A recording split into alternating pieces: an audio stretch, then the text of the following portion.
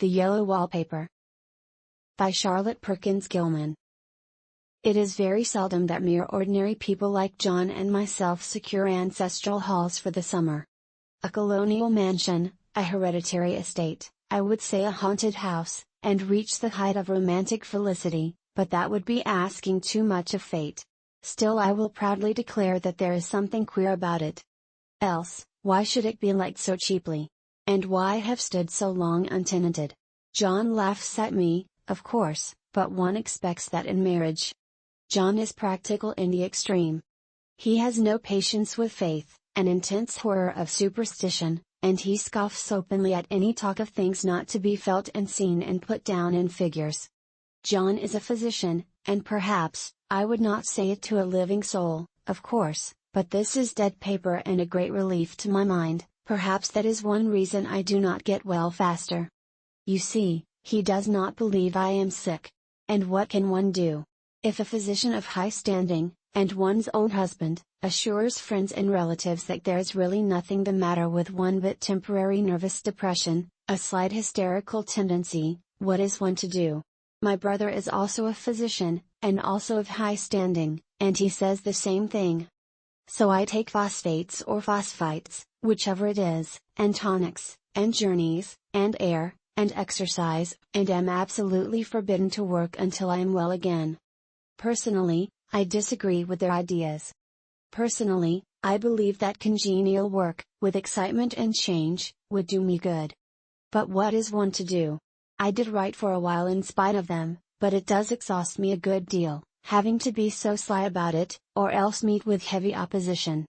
I sometimes fancy that in my condition if I had less opposition and more society and stimulus, but John says the very worst thing I can do is to think about my condition, and I confess it always makes me feel bad. So I will let it alone and talk about the house. The most beautiful place. It is quite alone, standing well back from the road, quite 3 miles from the village. It makes me think of English places that you read about, for there are hedges and walls and gates that lock, and lots of separate little houses for the gardeners and people. There is a delicious garden.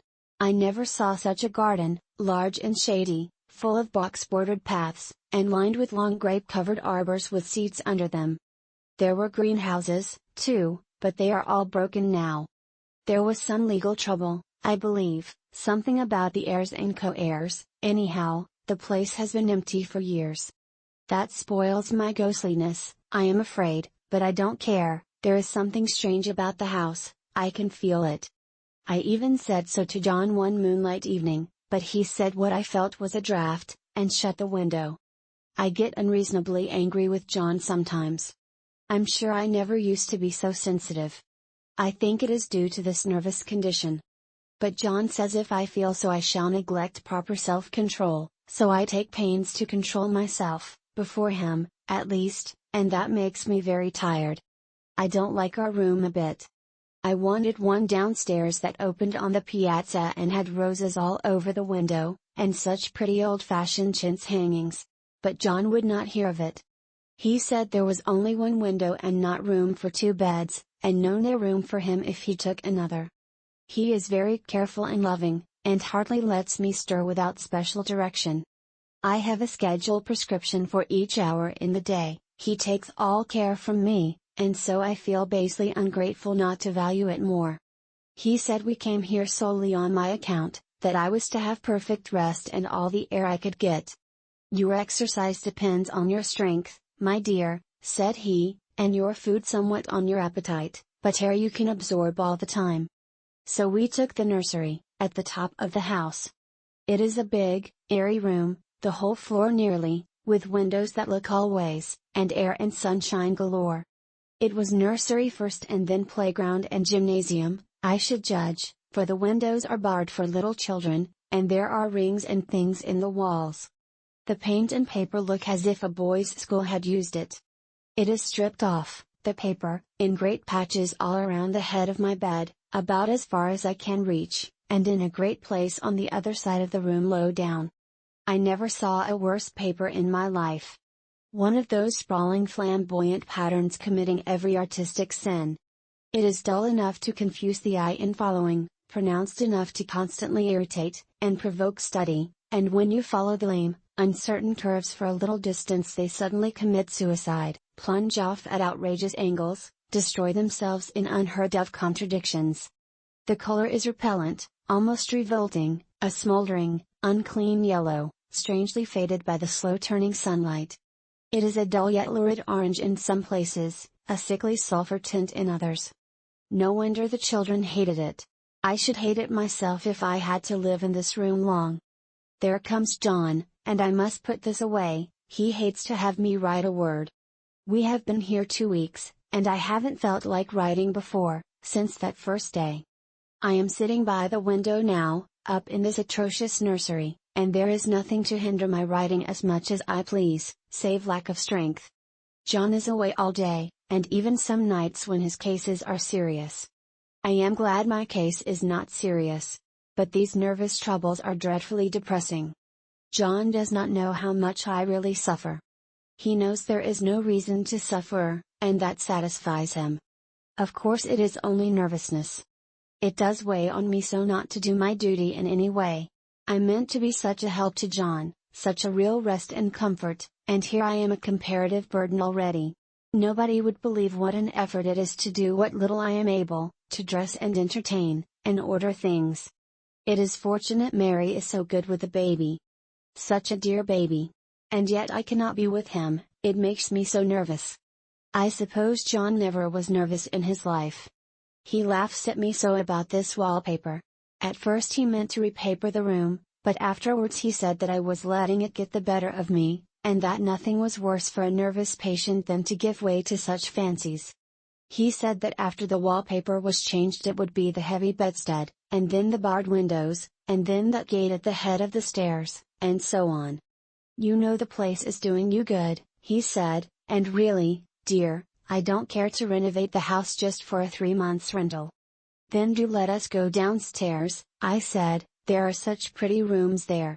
Then he took me in his arms and called me a blessed little goose, and said he would go down cellar if I wished, and have it whitewashed into the bargain. But he is right enough about the beds and windows and things. It is as airy and comfortable a room as anyone need wish, and, of course, I would not be so silly as to make him uncomfortable just for a whim. I'm really getting quite fond of the big room, all but that horrid paper. Out of one window I can see the garden, those mysterious deep-shaded arbors, the riotous old-fashioned flowers, and bushes and gnarly trees. Out of another I get a lovely view of the bay and a little private wharf belonging to the estate. There is a beautiful shaded lane that runs down there from the house. I always fancy I see people walking in these numerous paths and arbors, but John has cautioned me not to give way to fancy in the least. He says that with my imaginative power and habit of story making a nervous weakness like mine is sure to lead to all manner of excited fancies, and that I ought to use my will and good sense to check the tendency. So I try. I think sometimes that if I were only well enough to write a little it would relieve the press of ideas and rest me. But I find I get pretty tired when I try. It is so discouraging not to have any advice and companionship about my work. When I get really well John says we will ask Cousin Henry and Julia down for a long visit, but he says he would as soon put fireworks in my pillowcase as to let me have those stimulating people about now. I wish I could get well faster. But I must not think about that. This paper looks to me as if it knew what a vicious influence it had. There is a recurrent spot where the pattern lolls like a broken neck and 2 bulbous eyes stare at you upside down. I get positively angry with the impertinence of it and the everlastingness. Up and down and sideways they crawl, and those absurd, unblinking eyes are everywhere. There is one place where 2 breadths didn't match, and the eyes go all up and down the line, one a little higher than the other. I never saw so much expression in an inanimate thing before, and we all know how much expression they have. I used to lie awake as a child and get more entertainment and terror out of blank walls and plain furniture than most children could find in a toy store.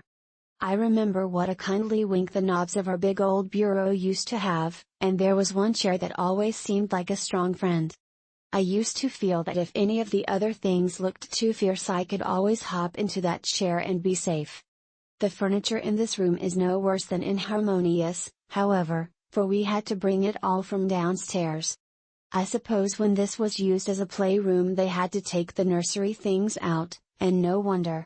I never saw such ravages as the children have made here. The wallpaper, as I said before, is torn off in spots, and it sticketh closer than a brother. They must have had perseverance as well as hatred. Then the floor is scratched and gouged and splintered, the plaster itself is dug out here and there, and this great heavy bed, which is all we found in the room, looks as if it had been through the wars. But I don't mind it a bit, only the paper. There comes John's sister. Such a dear girl as she is, and so careful of me. I must not let her find me writing. She is a perfect, and enthusiastic housekeeper, and hopes for no better profession. I verily believe she thinks it is the writing which made me sick. But I can write when she is out, and see her a long way off from these windows. There is one that commands the road, a lovely, shaded, winding road, and one that just looks off over the country. A lovely country, too, full of great elms and velvet meadows. This wallpaper has a kind of sub-pattern in a different shade, a particularly irritating one, for you can only see it in certain lights, and not clearly then. But in the places where it isn't faded, and where the sun is just so, I can see a strange, provoking, formless sort of figure, that seems to sulk about behind that silly and conspicuous front design. There's sister on the stairs. Well, the 4th of July is over. The people are gone and I am tired out. John thought it might do me good to see a little company, so we just had Mother and Nellie and the children down for a week. Of course I didn't do a thing. Ginny sees to everything now. But it tired me all the same. John says if I don't pick up faster he shall send me to Mitchell in the fall. But I don't want to go there at all. I had a friend who was in his hands once, and she says he is just like John and my brother, only more so. Besides, it is such an undertaking to go so far. I don't feel as if it was worthwhile to turn my hand over for anything, and I'm getting dreadfully fretful and querulous. I cry at nothing, and cry most of the time. Of course I don't when John is here, or anybody else, but when I am alone. And I am alone a good deal just now. John is kept in town very often by serious cases, and Jenny is good and lets me alone when I want her to. So I walk a little in the garden or down that lovely lane, sit on the porch under the roses, and lie down up here a good deal. I'm getting really fond of the room in spite of the wallpaper. Perhaps because of the wallpaper. It dwells in my mind so. I lie here on this great immovable bed, it is nailed down, I believe, and follow that pattern about by the hour. It is as good as gymnastics, I assure you. I start, we'll say, at the bottom, down in the corner over there where it has not been touched, and I determine for the 1000th time that I will follow that pointless pattern to some sort of a conclusion. I know a little of the principle of design, and I know this thing was not arranged on any laws of radiation, or alternation, or repetition, or symmetry, or anything else that I ever heard of. It is repeated, of course, by the breadths, but not otherwise. Looked at in one way each breadth stands alone, the bloated curves and flourishes, a kind of debased Romanesque with delirium tremens, go waddling up and down in isolated columns of fatuity. But, on the other hand, they connect diagonally, and the sprawling outlines run off in great slanting waves of optic horror, like a lot of wallowing seaweeds in full chase. The whole thing goes horizontally, too, at least it seems so, and I exhaust myself in trying to distinguish the order of its going in that direction. They have used a horizontal breadth for a frieze, and that adds wonderfully to the confusion. There is one end of the room where it is almost intact, and there, when the crosslights fade and the low sun shines directly upon it, I can almost fancy radiation after all. The interminable grotesques seem to form around a common center and rush off in headlong plunges of equal distraction. It makes me tired to follow it. I will take a nap, I guess. I don't know why I should write this. I don't want to. I don't feel able. And I know John would think it absurd. But I must say what I feel and think in some way. It is such a relief. But the effort is getting to be greater than the relief. Half the time now I am awfully lazy, and lie down ever so much. John says I mustn't lose my strength, and has me take cod liver oil and lots of tonics and things, to say nothing of ale and wine and rare meat. Dear John. He loves me very dearly, and hates to have me sick. I tried to have a real earnest reasonable talk with him the other day, and tell him how I wish he would let me go and make a visit to Cousin Henry and Julia. But he said I wasn't able to go, nor able to stand it after I got there, and I did not make out a very good case for myself, for I was crying before I had finished. It is getting to be a great effort for me to think straight. Just this nervous weakness, I suppose. And dear John gathered me up in his arms, and just carried me upstairs and laid me on the bed, and sat by me and read to me till it tired my head. He said I was his darling and his comfort and all he had, and that I must take care of myself for his sake, and keep well. He says no one but myself can help me out of it, that I must use my will and self-control and not let any silly fancies run away with me. There's one comfort, the baby is well and happy, and does not have to occupy this nursery with the horrid wallpaper. If we had not used it, that blessed child would have. What a fortunate escape! Why, I wouldn't have a child of mine, an impressionable little thing, live in such a room for worlds. I never thought of it before, but it is lucky that John kept me here after all. I can stand it so much easier than a baby, you see. Of course I never mention it to them any more, I am too wise, but I keep watch of it all the same. There are things in that paper that nobody knows but me, or ever will. Behind that outside pattern the dim shapes get clearer every day. It is always the same shape, only very numerous. And it is like a woman stooping down and creeping about behind that pattern. I don't like it a bit. I wonder, I begin to think, I wish John would take me away from here.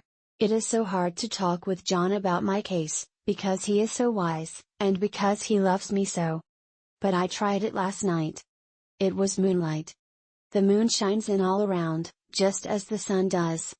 I hate to see it sometimes, it creeps so slowly, and always comes in by one window or another. John was asleep and I hated to waken him, so I kept still and watched the moonlight on that undulating wallpaper till I felt creepy. The faint figure behind seemed to shake the pattern, just as if she wanted to get out. I got up softly and went to feel and see if the paper did move, and when I came back John was awake. "What is it, little girl?" he said. "Don't go walking about like that, you'll get cold." I thought it was a good time to talk, so I told him that I really was not gaining here, and that I wished he would take me away. "Why, darling," said he, "our lease will be up in 3 weeks, and I can't see how to leave before. The repairs are not done at home, and I cannot possibly leave town just now. Of course if you were in any danger I could and would, but you really are better, dear, whether you can see it or not. I am a doctor, dear, and I know. You are gaining flesh and color, your appetite is better. I feel really much easier about you. I don't weigh a bit more," said I, "nor as much, and my appetite may be better in the evening, when you are here, but it is worse in the morning when you are away." "Bless her little heart," said he with a big hug, "she shall be as sick as she pleases. But now let's improve the shining hours by going to sleep, and talk about it in the morning. And you won't go away?" I asked gloomily. "Why, how can I, dear? It is only 3 weeks more and then we will take a nice little trip of a few days while Jenny is getting the house ready." "Really, dear, you are better. Better in body perhaps," I began, and stopped short, for he sat up straight and looked at me with such a stern, reproachful look that I could not say another word. "My darling," said he, "I beg of you, for my sake and for our child's sake, as well as for your own, that you will never for one instant let that idea enter your mind. There is nothing so dangerous, so fascinating, to a temperament like yours. It is a false and foolish fancy. Can you not trust me as a physician when I tell you so?" So of course I said no more on that score, and we went to sleep before long. He thought I was asleep first, but I wasn't. I lay there for hours trying to decide whether that front pattern and the back pattern really did move together or separately. On a pattern like this, by daylight, there is a lack of sequence, a defiance of law, that is a constant irritant to a normal mind. The color is hideous enough, and unreliable enough, and infuriating enough, but the pattern is torturing. You think you have mastered it, but just as you get well underway in following, it turns a back somersault and there you are. It slaps you in the face, knocks you down, and tramples upon you. It is like a bad dream. The outside pattern is a florid arabesque, reminding one of a fungus. If you can imagine a toadstool in joints, an interminable string of toadstools, budding and sprouting in endless convolutions, why, that is something like it. That is, sometimes. There is one marked peculiarity about this paper, a thing nobody seems to notice but myself, and that is that it changes as the light changes.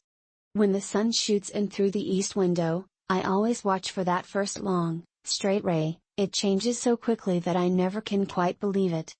That is why I watch it always. By moonlight, the moon shines, and all night when there is a moon, I wouldn't know it was the same paper. At night, in any kind of light, in twilight, candlelight, lamplight, and worst of all by moonlight, it becomes bars. The outside pattern I mean, and the woman behind it is as plain as can be. I didn't realize for a long time what the thing was that showed behind, that dim sub-pattern, but now I am quite sure it is a woman. By daylight she is subdued, quiet. I fancy it is the pattern that keeps her so still. It is so puzzling. It keeps me quiet by the hour. I lie down ever so much now. John says it is good for me, and to sleep all I can. Indeed, he started the habit by making me lie down for an hour after each meal. It is a very bad habit, I am convinced, for, you see, I don't sleep.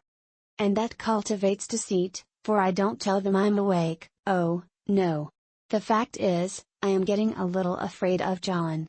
He seems very queer sometimes, and even Jenny has an inexplicable look. It strikes me occasionally, just as a scientific hypothesis, that perhaps it is the paper. I have watched John when he did not know I was looking, and come into the room suddenly on the most innocent excuses, and I've caught him several times looking at the paper. And Jenny too. I caught Jenny with her hand on it once. She didn't know I was in the room, and when I asked her in a very quiet voice, with the most restrained manner possible, what she was doing with the paper, she turned around as if she had been caught stealing, and looked quite angry, asked me why I should frighten her so. Then she said that the paper stained everything it touched, that she had found yellow smooches on all my clothes and John's, and she wished we would be more careful. Did not that sound innocent? But I know she was studying that pattern, and I am determined that nobody shall find it out but myself. Life is very much more exciting now than it used to be. You see, I have something more to expect, to look forward to watch. I really do eat better, and am more quiet than I was. John is so pleased to see me improve. He laughed a little the other day, and said I seemed to be flourishing in spite of my wallpaper. I turned it off with a laugh. I had no intention of telling him it was because of the wallpaper. He would make fun of me. He might even want to take me away. I don't want to leave now until I have found it out. There is a week more, and I think that will be enough. I'm feeling ever so much better. I don't sleep much at night, for it is so interesting to watch developments, but I sleep a good deal in the daytime. In the daytime it is tiresome and perplexing. There are always new shoots on the fungus, and new shades of yellow all over it.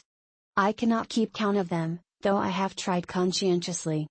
It is the strangest yellow, that wallpaper. It makes me think of all the yellow things I ever saw, not beautiful ones like buttercups, but old foul, bad yellow things. But there is something else about that paper, the smell. I noticed it the moment we came into the room, but with so much air and sun it was not bad.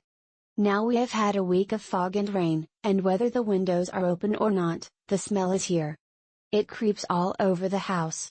I find it hovering in the dining room, skulking in the parlor, hiding in the hall, lying in wait for me on the stairs. It gets into my hair. Even when I go to ride, if I turn my head suddenly and surprise it, there is that smell. Such a peculiar odor, too. I have spent hours in trying to analyze it, to find what it smelled like. It is not bad, at first, and very gentle, but quite the subtlest, most enduring odor I ever met. In this damp weather it is awful. I wake up in the night and find it hanging over me. It used to disturb me at first. I thought seriously of burning the house, to reach the smell. But now I am used to it. The only thing I can think of that it is like is the color of the paper. A yellow smell. There is a very funny mark on this wall, low down, near the mopboard. A streak that runs round the room. It goes behind every piece of furniture, except the bed, a long, straight, even smooch, as if it had been rubbed over and over.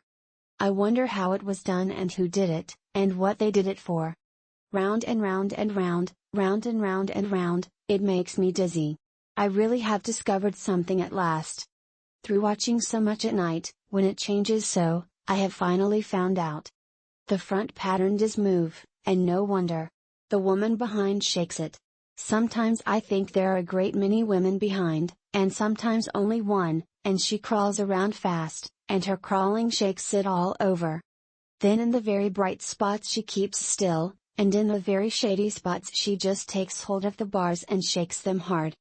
And she is all the time trying to climb through. But nobody could climb through that pattern, it strangles so. I think that is why it has so many heads. They get through, and then the pattern strangles them off and turns them upside down, and makes their eyes white. If those heads were covered or taken off it would not be half so bad. I think that woman gets out in the daytime. And I'll tell you why, privately, I've seen her. I can see her out of every one of my windows. It is the same woman, I know, for she is always creeping, and most women do not creep by daylight. I see her on that long shaded lane, creeping up and down. I see her in those dark gray arbors, creeping all around the garden. I see her on that long road under the trees, creeping along, and when a carriage comes she hides under the blackberry vines. I don't blame her a bit. It must be very humiliating to be caught creeping by daylight. I always lock the door when I creep by daylight. I can't do it at night, for I know John would suspect something at once. And John is so queer now, that I don't want to irritate him. I wish he would take another room.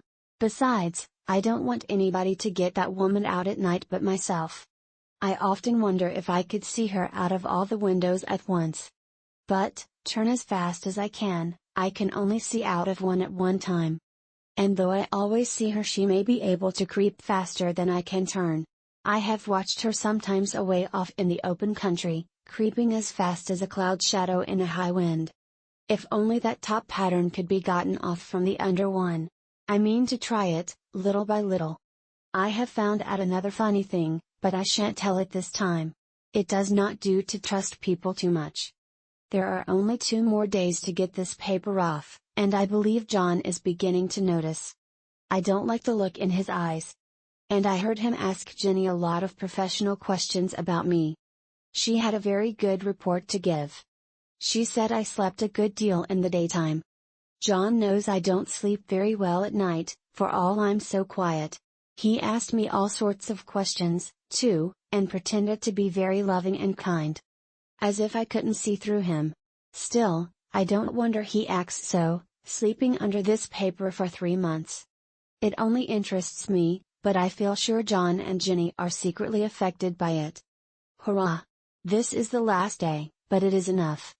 John is to stay in town overnight, and won't be out until this evening. Jenny wanted to sleep with me, the sly thing. But I told her I should undoubtedly rest better for a night all alone. That was clever, for really I wasn't alone a bit. As soon as it was moonlight, and that poor thing began to crawl and shake the pattern, I got up and ran to help her. I pulled and she shook, I shook and she pulled, and before morning we had peeled off yards of that paper. A strip about as high as my head and half around the room. And then when the sun came and that awful pattern began to laugh at me I declared I would finish it today. We go away tomorrow, and they are moving all my furniture down again to leave things as they were before. Jenny looked at the wall in amazement, but I told her merrily that I did it out of pure spite at the vicious thing. She laughed and said she wouldn't mind doing it herself, but I must not get tired. How she betrayed herself that time! But I am here, and no person touches this paper but me, not alive. She tried to get me out of the room, it was too patent. But I said it was so quiet and empty and clean now that I believed I would lie down again and sleep all I could, and not to wake me even for dinner. I would call when I woke. So now she is gone, and the servants are gone, and the things are gone, and there is nothing left but that great bedstead nailed down, with the canvas mattress we found on it. We shall sleep downstairs tonight, and take the boat home tomorrow. I quite enjoy the room, now it is bare again. How those children did tear about here! This bedstead is fairly gnawed. But I must get to work. I have locked the door and thrown the key down into the front path. I don't want to go out, and I don't want to have anybody come in, till John comes. I want to astonish him. I've got a rope up here that even Jenny did not find. If that woman does get out, and tries to get away, I can tie her. But I forgot I could not reach far without anything to stand on. This bed will not move. I tried to lift and push it until I was lame, and then I got so angry I bit off a little piece at one corner, but it hurt my teeth. Then I peeled off all the paper I could reach standing on the floor. It sticks horribly and the pattern just enjoys it. All those strangled heads and bulbous eyes and waddling fungus growths just shriek with derision. I am getting angry enough to do something desperate. To jump out of the window would be admirable exercise, but the bars are too strong even to try. Besides, I wouldn't do it. Of course not. I know well enough that a step like that is improper and might be misconstrued. I don't like to look out of the windows even, there are so many of those creeping women, and they creep so fast. I wonder if they all come out of that wallpaper as I did. But I am securely fastened now by my well-hidden rope. You don't get me out in the road there. I suppose I shall have to get back behind the pattern when it comes night, and that is hard. It is so pleasant to be out in this great room and creep around as I please. I don't want to go outside. I won't, even if Jenny asks me to. For outside you have to creep on the ground, and everything is green instead of yellow. But here I can creep smoothly on the floor, and my shoulder just fits in that long smooch around the wall, so I cannot lose my way. Why, there's John at the door. It is no use, young man, you can't open it. How he does call and pound. Now he's crying for an axe. It would be a shame to break down that beautiful door. John dear, said I in the gentlest voice, the key is down by the front steps, under a plantain leaf. That silenced him for a few moments. Then he said, very quietly indeed, open the door, my darling. I can't, said I. The key is down by the front door under a plantain leaf. And then I said it again, several times, very gently and slowly, and said it so often that he had to go and see, and he got it, of course, and came in. He stopped short by the door. What is the matter? He cried. For God's sake, what are you doing? I kept on creeping just the same, but I looked at him over my shoulder. I've got out at last, said I, in spite of you and Jane. And I've pulled off most of the paper, so you can't put me back. Now why should that man have fainted? But he did, and right across my path by the wall, so that I had to creep over him every time.